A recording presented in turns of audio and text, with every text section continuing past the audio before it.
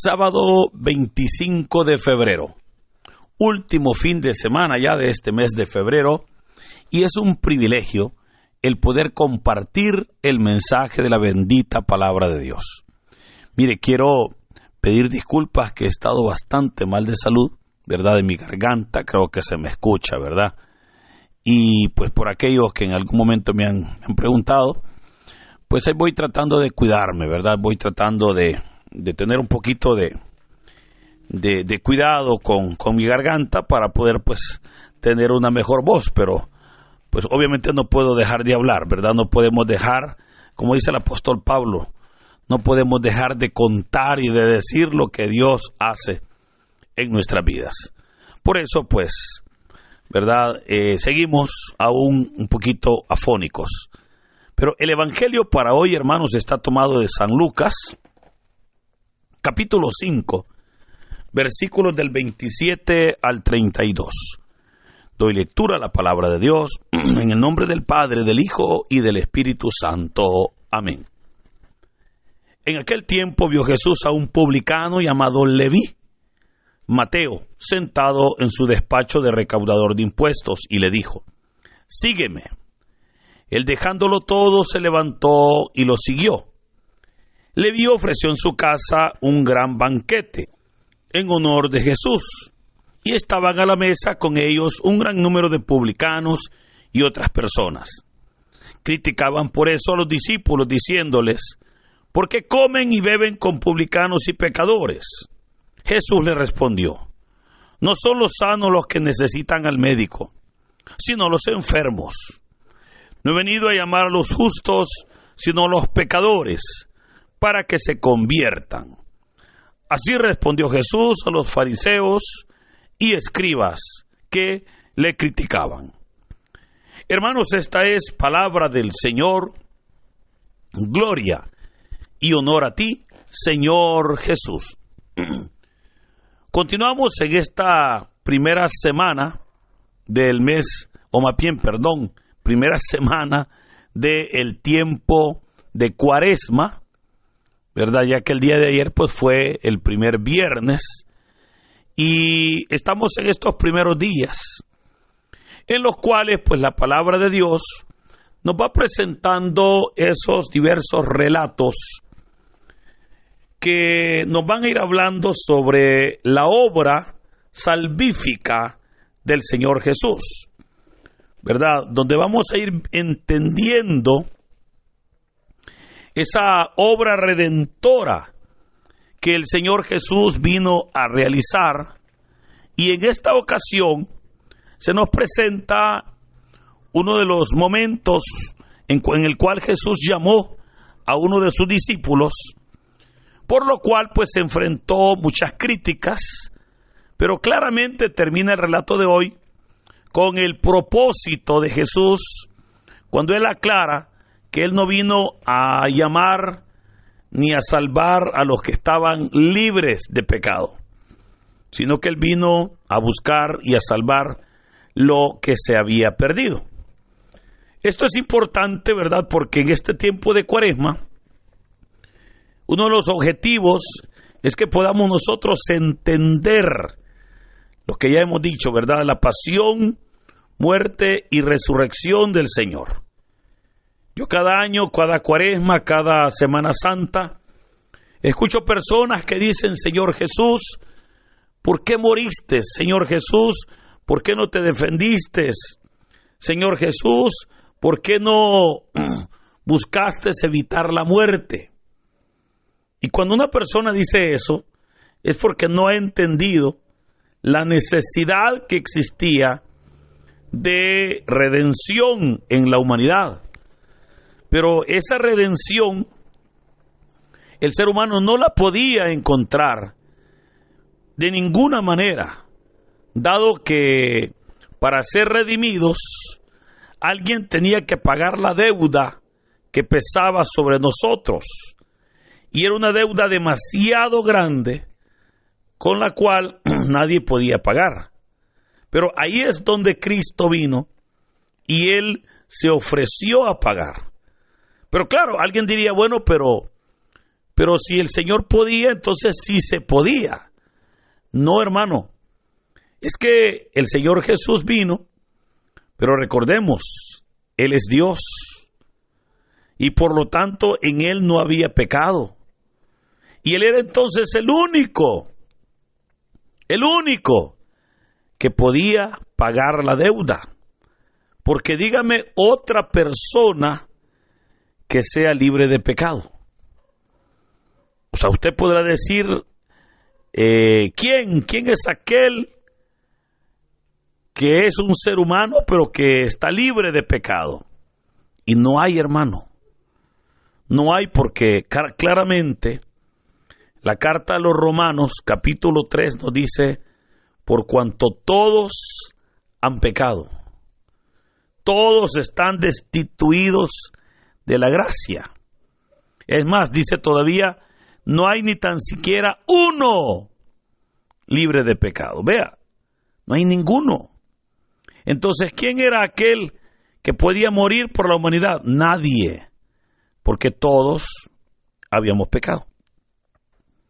Pero en Cristo Jesús no se encontró pecado. Y por esa razón es que Él vino a ser nuestro Redentor. Ahora, en el relato de hoy, se nos presenta al Señor Jesús llamando a sus discípulos. Y ahora se nos presenta el momento cuando el Señor Jesús llamó a Leví, que lleva por nombre Mateo. Ahora, mire que es interesante, porque el Señor llamó a Mateo, aun cuando el texto dice que Jesús llamó a un publicano llamado Mateo. Ahora, ¿quiénes eran los publicanos? Los publicanos eran las personas que cobraban los impuestos para el Imperio Romano. O sea, ellos eran los cobradores de impuestos al pueblo de Israel. Pero el pueblo le decía publicano, o sea, eran personas públicas que al público cobraban los impuestos. Pero por la acción de cobrar impuestos para el imperio, estas personas eran bastante repudiadas por la sociedad israelita. Y es que en realidad ellos eran judíos, pero se ofrecían el recoger los impuestos para el imperio. Y recuerde que el imperio eran los invasores de Israel. Entonces, todo aquel que trabajaba para el imperio, los judíos lo tenían como vendepatria, ¿verdad? Como traición, como traidor a la patria. Y los publicanos, pues, hacían esto. Ahora, quizás es importante entender también qué tipo de impuestos son los que ellos cobraban. Y para mayor comprensión, puedo recordarle que el impuesto que ellos cobraban era lo que nosotros podríamos llamar hoy en día el impuesto de peaje, ¿verdad? Que es el impuesto que se paga por transitar en una carretera o por transitar algún camino. Ese es el impuesto de peaje. Eso hacía que ellos, por ejemplo, se colocaran en las calles para poder cobrar los impuestos. Ahora, el punto es que ellos tenían potestad de ley. O sea, todo mundo tenía que pagarles los impuestos. Y aquella persona que no lo hiciera, corría el riesgo de que los publicanos lo metieran a la cárcel, porque recuerde, ellos tenían facultad de ley.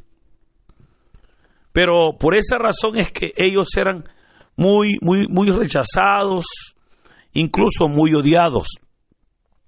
Ahora vemos cómo el Señor Jesús llega entonces donde Mateo, que vea, dice la palabra que se llamaba Leví, y Leví es el nombre en hebreo que en griego se dice Mateo.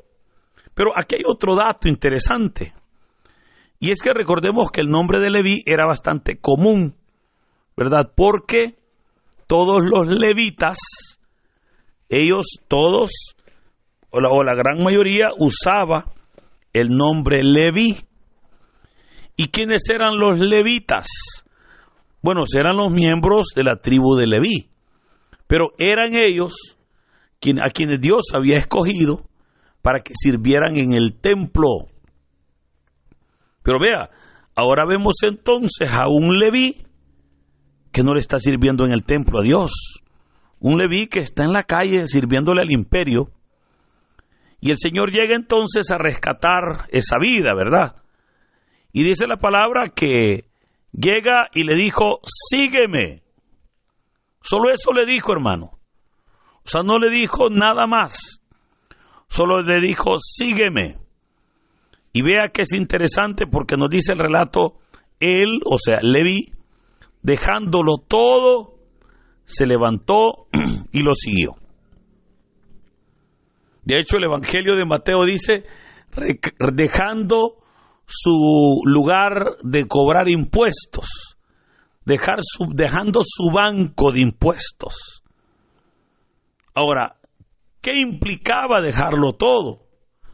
No solamente dejar aquel lugar en aquel instante, dejándolo para siempre, dejando aquella vida, dejando aquellas costumbres, dejando aquellos hábitos. Pero hermanos, esa acción radical de dejarlo todo es lo que el Señor nos pide a cada uno de nosotros.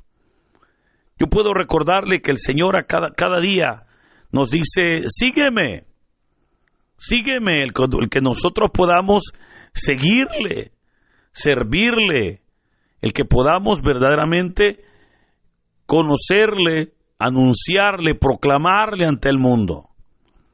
Pero alguien podrá decir, bueno, es que yo quisiera hacerlo, pero tengo que dejar muchas cosas. Notemos cómo Leví, dice el texto, dejándolo todo. Yo le podría preguntar, ¿qué es lo que a usted le impide seguir a Cristo? ¿Qué es lo que le impide? Muchas veces nos podrá impedir tal vez la familia. Pero yo le recuerdo, la familia no es un impedimento para servirle a Dios. O alguien podrá decir el trabajo, tampoco, fíjese. El trabajo no es un impedimento para servirle a Dios. Notemos cómo Leví, dejándolo todo, dice. Se levantó y lo siguió. Ahora, es curioso, fíjese cómo el relato continúa, porque nos dice, Leví ofreció en su casa un gran banquete en honor de Jesús. O sea, aquí fíjese que hay varias teorías entre los teólogos, y algunos dicen que estas son dos escenas o dos relatos, que un relato se dio cuando Jesús llama a Leví, y el otro relato es cuando Leví invita a Jesús a su casa y lo atiende con una cena. El Evangelio de hoy, que es tomado de San Lucas, nos presenta un solo relato, pero claramente podemos ver que hubo dos momentos. El momento cuando Jesús llama a Leví, éste lo sigue, y luego el momento cuando el texto nos dice que Leví ofreció en su casa un gran banquete. De hecho, algunos se han preguntado, ¿verdad?, ¿quién siguió a quién? Porque si Leví siguió a Jesús, lo normal hubiera sido que el Señor hubiera dado esa cena, ¿verdad?